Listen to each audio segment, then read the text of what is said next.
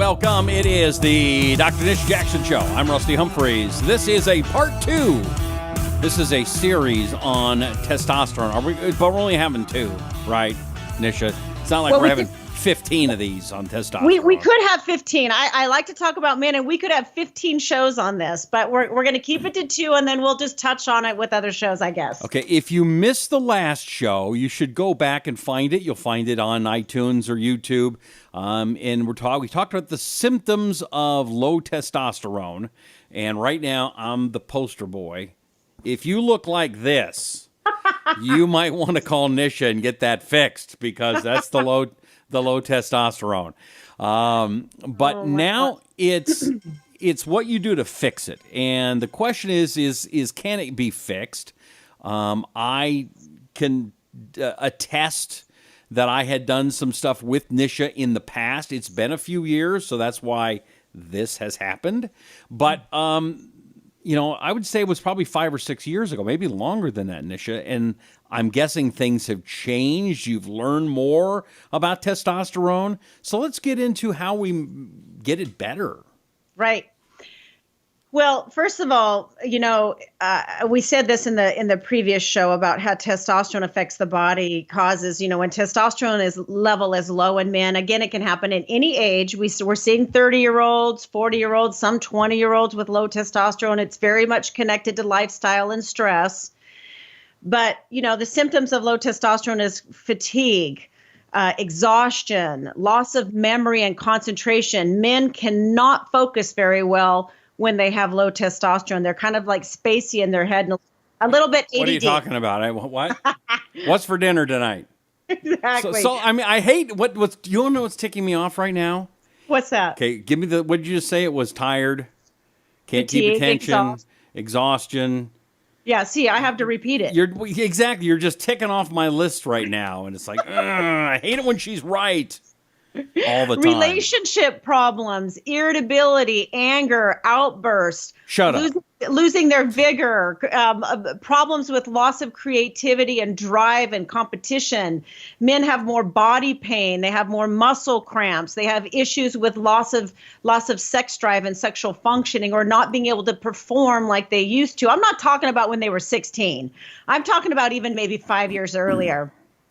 Also, men often notice when their testosterone levels are low that they just don't sleep very well. They can't get to sleep. They're waking up multiple times. They can't turn their brain off. They wake up in the morning. They feel exhausted. They're hitting the wall at end of the afternoon. And so these are the symptoms that we went over on the last show. But what I want to talk about in this show is what happens to your body when you start optimizing testosterone levels, because it's not just testosterone. When you optimize testosterone, especially the way that we like to do it at Peak Medical Clinics, is provide the whole program. Okay. Optimize the nutrient levels, optimize the brain chemicals, optimize the thyroid, because thyroid and testosterone are very closely correlated. Mm-hmm. Optimize the diet. Reduce and help them understand how to manage their stress, get them to sleep at night so they can restore and make hormones when they're sleeping. So it's really the whole program. But what I want to talk about in this show, Rusty, is I want to talk about when you optimize testosterone, and that could be using alternative methods, or it could be actually using testosterone. So, and we can do both in our clinics, and most hormone experts out there can teach you how to do this. Okay. So these are some of the things that would happen with optimizing testosterone levels. Increasing blood flow to the brain. So all of a sudden you're thinking better, you're able to concentrate, you're able to focus. It's like turning on those receptors in the brain. I've been noticing I forget words, or I'm right where I know. I know. Yes. No, it's right there. I get exactly. that a lot. Okay. Exactly. The fatigue goes away. They start sleeping better at night. They're nicer to their spouses or their significant others. They're not flying off the handle. All of a sudden, they're wanting to go to the ocean on the weekend and take a trip with the people that they love. They're wanting to, get further in their job. Their competition, their edge for competition and wanting to be better comes back. They have less body pain, because we know that when testosterone levels are low, you have more body pain and more muscle cramping.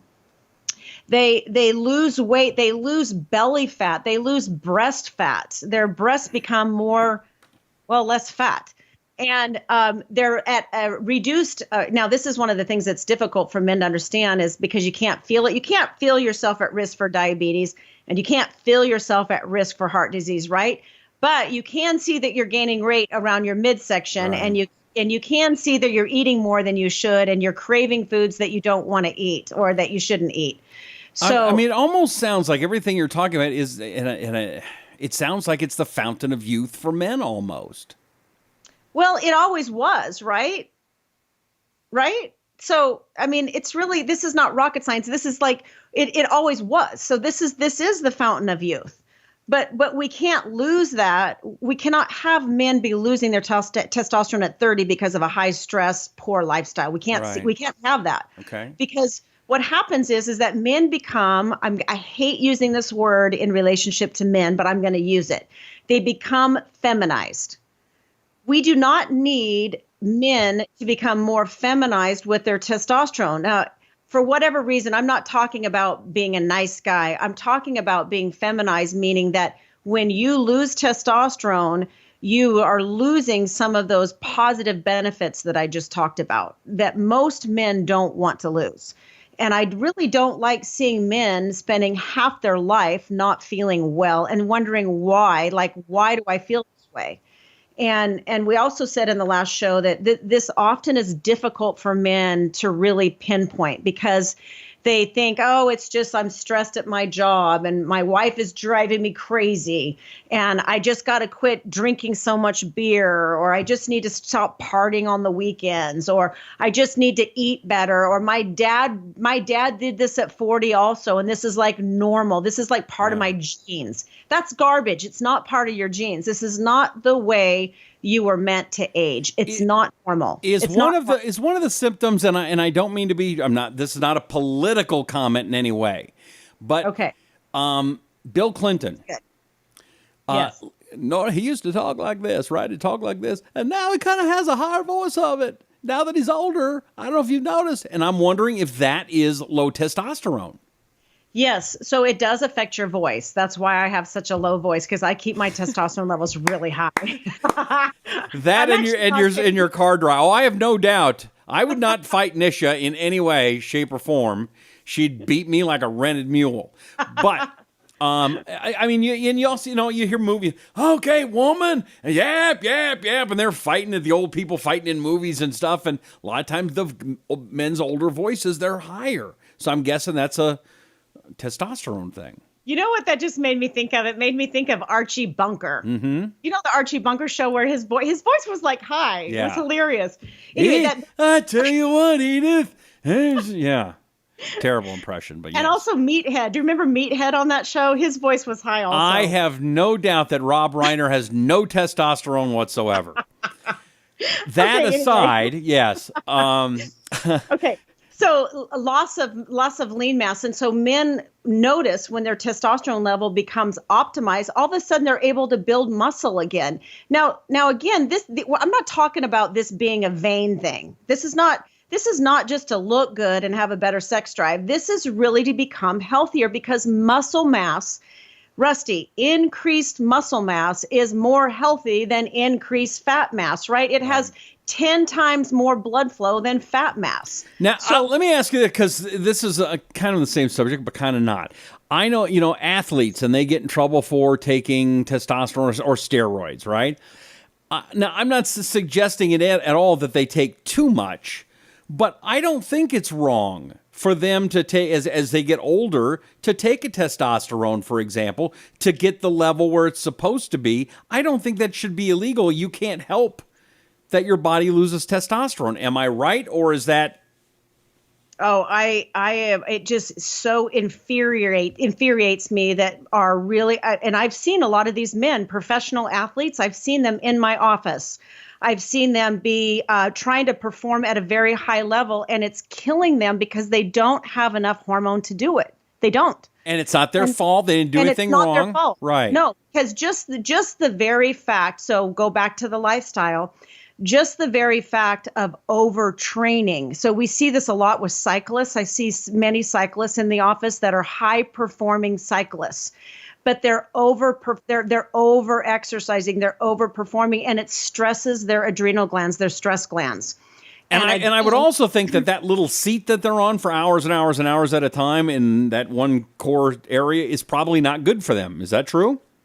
Well, that's a whole nother subject, but yes, decreased circulation to the pelvic organs can have something to do with it. I don't know how you get me so off track. Well, no, I would think that would decrease your testosterone. No, that's not helping. But really, it's the over exercising, it's the overtraining, but it's part of what they do, right? Right. So even men that are excessively exercising because they're just trying to reverse the negative effects of testosterone is actually making it worse because they're stressing their adrenal glands, their stress glands out, and it's robbing testosterone even more. So this is all tied together, and I love doing these shows because I like to try to connect the dots for people so it makes sense. So back to so we talked about increased lean mass with optimal testosterone. We talked about loss of excessive body fat. It lowers your risk for diabetes and prostate cancer, which is one of those things that we've been brainwashed to think that testosterone causes prostate cancer. But now we have research to show that testosterone treatments may actually help prostate cancer. We also know that testosterone is optimal for reducing the risk of osteoporosis because it not only increases muscle mass, but it stabilizes and can increase bone mass. So these are just all of the things that get better when you optimize testosterone. So now I want to talk about how do you even do that and how do you test for low testosterone? Hey, Nisha, how do you even do that and how do you test for testosterone? Good question. Thanks for the lead in. I'm glad I could help. Way to hang in there with me, Rusty. Yeah. Okay. So it's a simple blood test, right? You just come into the office.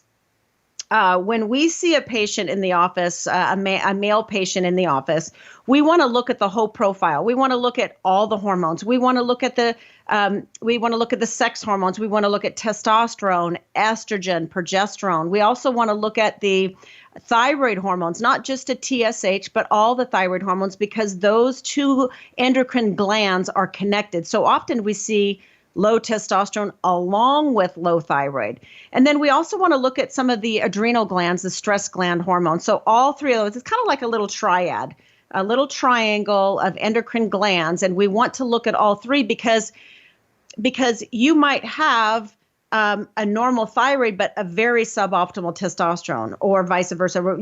These three glands are connected and you cannot separate them. So we want to look at the whole picture.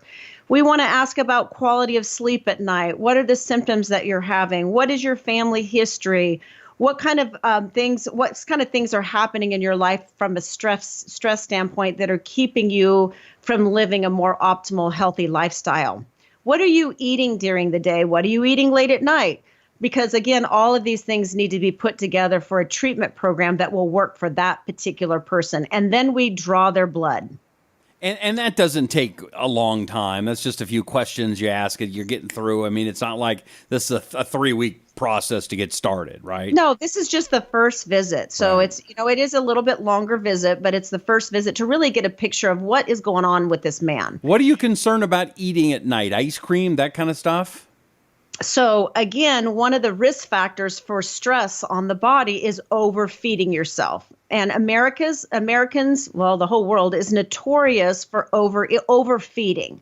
And overfeeding can be not necessarily too much food, but the wrong timing of food.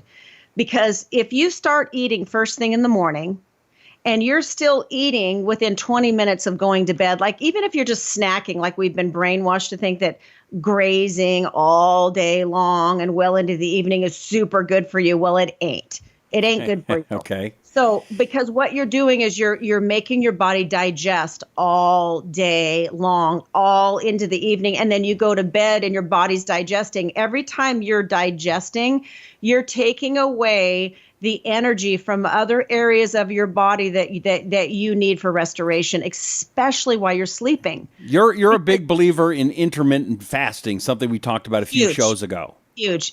It completely nails it for people as far as their weight control. It just nails it.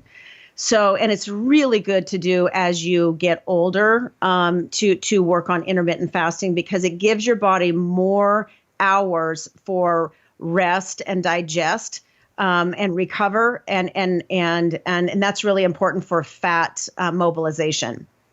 Okay, so we do the blood test, and then we have the gentleman come back, and then we go over all of the test results. So here's the tricky thing in regard to testosterone. So a typical result, I was actually going to print a result out for y'all to show you, and maybe I'll do that in a minute. But the test results, if it shows low testosterone is, how do I put this? It's interpreted differently. Like if I lined up 10 medical practitioners or doctors, you're probably going to get 10 different definitions of low testosterone, which is really unfortunate for the patient, right? It's really unfortunate. Because your definition of low testosterone and a family practitioner's definition is probably going to be different, because you're going to think a higher level of testosterone is more acceptable than he might. Is that correct? Well, I think there's a yes, that's right. But not just a family practitioner. It would be a family practitioner, a primary care provider, whoever, that just doesn't know that much about hormones. You know, they don't learn a lot about this in med school or in practitioner school. They're just really not taught about hormone optimization and how hormones affect the whole body. It's not a huge part of the curriculum. But it should, I mean, from hearing from you, it should be one of the biggest parts of the curriculum. I mean, you're telling me that hormones are affecting everything. Yes, and it is a bit controversial, because there's mixed studies on the optimization of testosterone and how good is it for you. And again, if you research something for long enough, you're going to get some mixed reviews, right? Because this is the individuality of every person is a little bit of a moving target. It's hard to study certain things like depression. I mean, you know how hard it is to study depression and control variables? Yeah. Okay, I'm getting off here. You're doing great. You're not getting off. You're doing fine. Okay, so when we interpret the test results, here is the most conflicting thing for interpreting test results for testosterone. When you look at a total testosterone level, because there's two different testosterones we look at. One is called total, which measures all of the testosterone in the body. And one is called free testosterone, which is the available testosterone at the cellular site. Now, you don't have to remember that. It's just two different measurements of testosterone. But when you look at a total testosterone level for a man, the range, the normal range, and this is called a reference range, is 300 at the low end and 1,200 at the upper end. That's a big difference. Exactly. It's so broad. It's almost ambiguous. And so if a man walks into the office and he says, "Hey, Nish, I have memory loss. I have depression. I'm exhausted. I'm not sleeping at night. My body hurts. I can't remember anything. I'm flying off the handle. I'm irritable. I've been getting muscle cramps. I'm at the gym 4 days a week. I can't build any muscle. I'm getting so fat around my middle. My breasts are getting bigger, and I'm talking in a high pitch." And I get his test results back, and the level is 302. Mm-hmm. Now, remember, the reference range is 300 at the low end and 1,200 at the upper end. Right. So let's say I get his test results back, and it's 302. I could actually tell him he's normal. I could tell him, "Oh, you're in the normal reference range. You're in the range. Have a good life. It's normal." Now, that may sound a little harsh, but men are actually hearing that in the office, which is, I think, criminal. I mean, it's negligence. Because a man that has that many symptoms and has a level of 300 needs to be treated. They need to be treated with a whole program, not just given a shot of testosterone, the whole program. So there's a difference, Rusty, between a reference range and an optimal range. We want men, for whatever age they are, to be in the optimal range. So obviously, I would prefer a male to be over 500. Now, every man is different. Some men feel better at 700. Some men feel better at 1,000. I mean, I want to be a manly man, so don't I want to be at 1,200, maybe 1,300, just to kind of make it so it's right. I'm a man. Just give me that rad 2,000 level. Right. No. So every man is different. Okay, why is that bad? There are negatives for going too high, right? Yeah, I mean, that's not the goal. The goal is to optimize the man to relieve the symptoms and get them healthier, but not to go above the reference range. We want them to be in a safety reference range. Okay. But we don't want them to be at 300. It's just, a lot of men that come in that have all those symptoms I just mentioned are well below normal. They're at 200. They're at 100. We've seen men down to 25 or 30. So they're basically women at that point. Because I'm not kidding. That's a low range for even a female. So I mean, do you see guys like crying and things like that when they're that low? Yes. Yeah, they cry at commercials. I'm not joking. They're very sensitive. They're overly sensitive, which makes them, I'm going to just say, makes them not able to manage stress very well. It's really sad.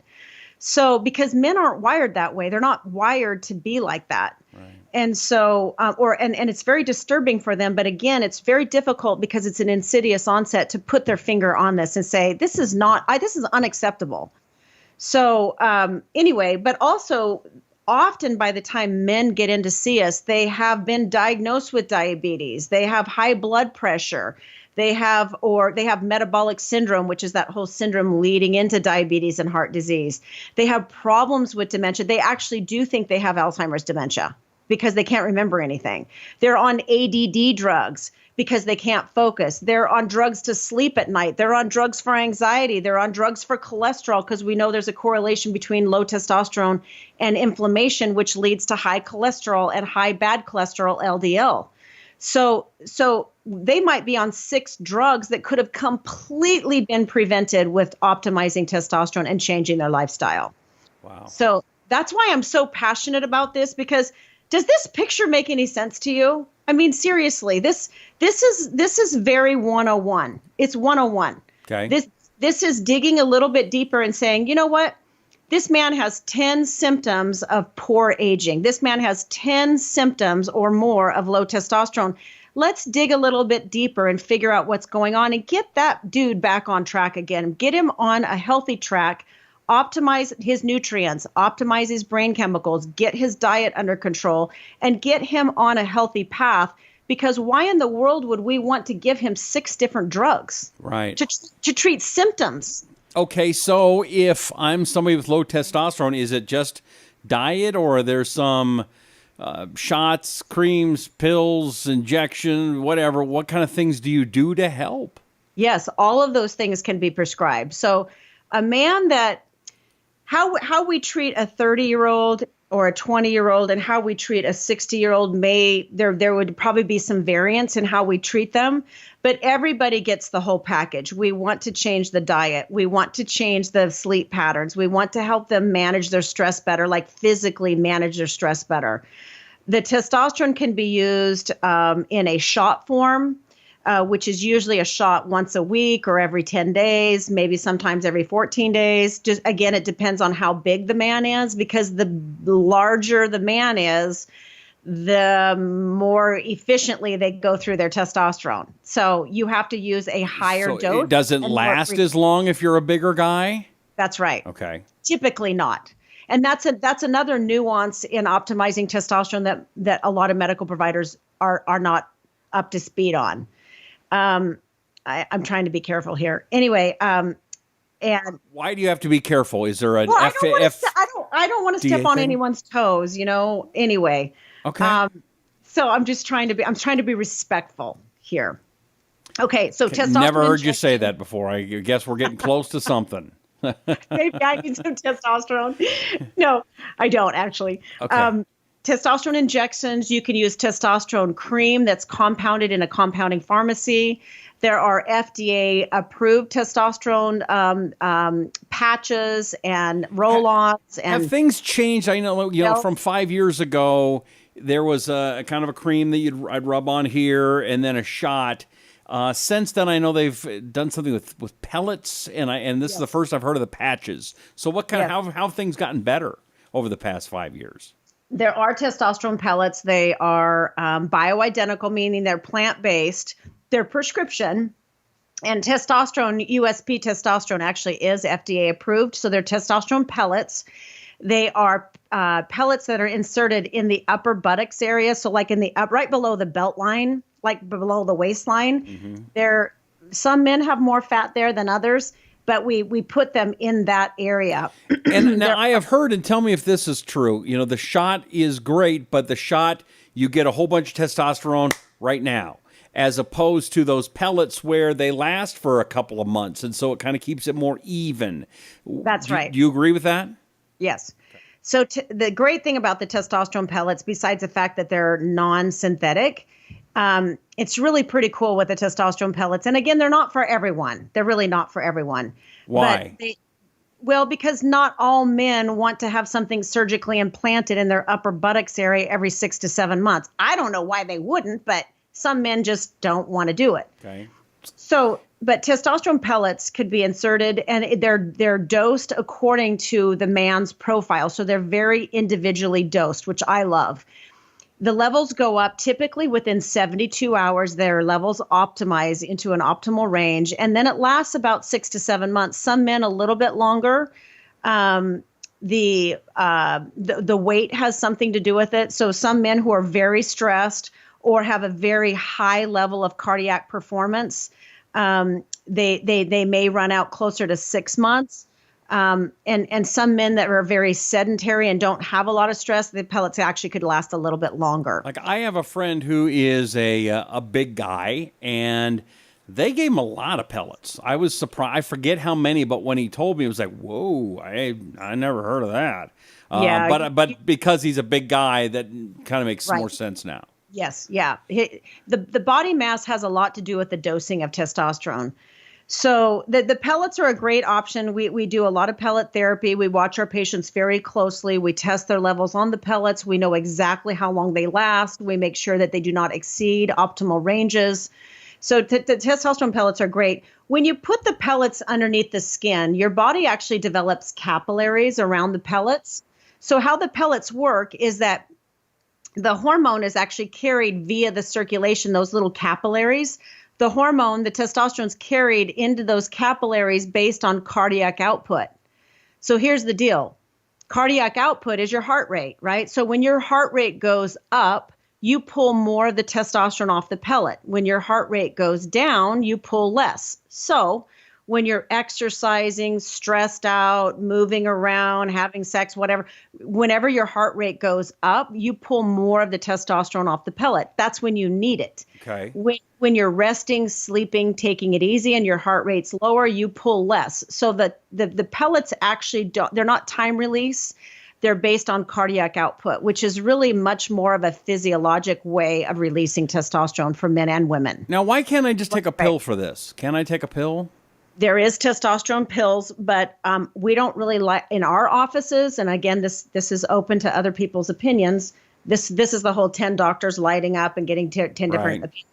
I don't like testosterone making the first pass through the liver. It's not good for the liver to make the first pass. I would prefer not to have testosterone go to the liver. We call it a first pass absorption. It's not good to make a first pass absorption. What do you think? I see commercials on TV. We'll make you a 300% testosterone. You'll be going off the ceiling in 10 minutes, and you'll be able to build 10 pounds of muscle in 14 seconds. Buy me now.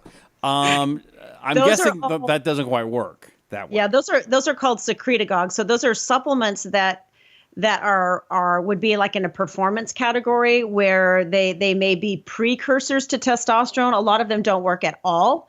Some of them can optimize the levels to some degree.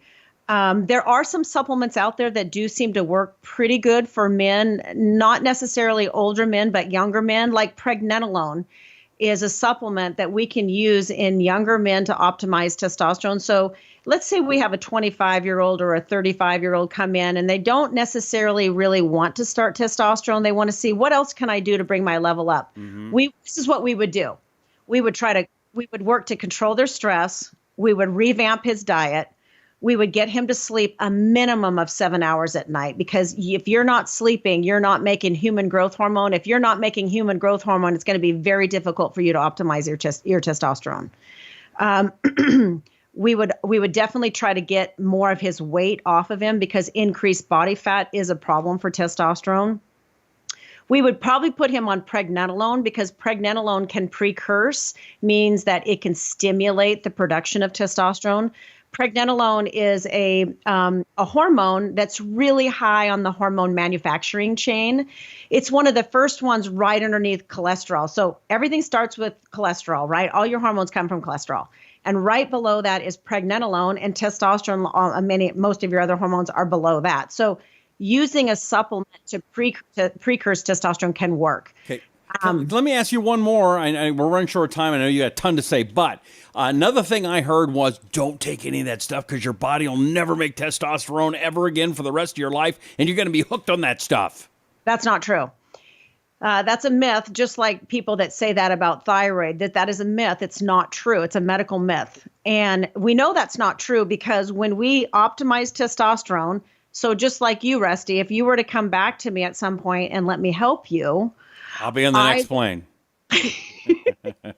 If you would come back to me, no, this is not a sales job on you, Rusty. Trust me. If you would come back, your level most likely would be exactly where it was when I first started treating you. So you're probably going to go back to where you were when you started. It's not like you take this stuff and then you are 60 years old and you stop taking it and then everything's fine. It goes back to where you started. So it doesn't go to zero. It just goes back to where you started typically. Okay. So that's actually not true. And again, I don't know really how much that matters. You know, if you have 10 symptoms of low testosterone and you choose a better lifestyle and you choose to optimize your testosterone, what do you really care about getting off of it? Right. Why would you want to go back to where you started? You felt terrible to begin with. I think what their argument was, you need to go to the gym 3 times a day and work out 9 days a week for 10 hours a day and build that testosterone up like a man. I think. And by the way, and hire me as your personal trainer for all of that. Yeah. I do think in some men that actually can work. I do think a man, especially a younger man with lower testosterone, I do think that there's some things that they can change to get their testosterone levels back up again. There's Clomid, there's HCG, there's other things that can be used to optimize testosterone levels. So it doesn't always have to be just testosterone. And I'm a firm believer in diet is 50% of your results. It's at least 50% of your results. So I'm not a believer in handing out drugs. I don't think it's a good idea. We don't do any service to our patients by doing that. So again, it's got to be the whole package. And men can feel amazing. Like men can get their life back and their partners will love them for it. They'll love themselves for it. It's worth it. Men are worth it. We need strong men in our society. I agree with you. And okay. And so you do this in your clinic, and I would suggest people go to you. I know I've worked with her and she is fantastic. You've got clinics around the country. You've got them where? Mostly in Oregon. We're moving into other states, slowly creeping out into other states. But mainly, I would love to just continue to train physicians and practitioners out there that really want to learn the whole treatment package to optimize people as they age. Because my goal in life is to help people age better with less age-related illnesses, because people are living longer, but they're not necessarily living healthier. Right. And if you're going to live longer, geez, why would you not want to be healthy and vibrant and active and have a great brain that's working for you? Why wouldn't you want that? Absolutely. I want that. All right, so find out more about Nisha Jackson. Go to her website, nishajackson.com. You can also find her at peakmedicalclinic.com or at Peak Medical Clinic. She's got a great book out, too. It's called Brilliant Burnout, How Successful Driven Women Can Stay in the Game by Rewiring Their Bodies, Brains, and Hormones by Nisha Jackson, PhD. You can find that bookstores and Amazon all over the place. Don't forget to subscribe to the show. Let people know how awesome Nisha is. It's a great show, and people need to hear this information. So subscribe, forward the show, share it with your friends, and let everybody know about all the great information and how much fun the Nisha Jackson Show is. We'll see you next time. Thanks for checking us out here on the Nisha Jackson Show.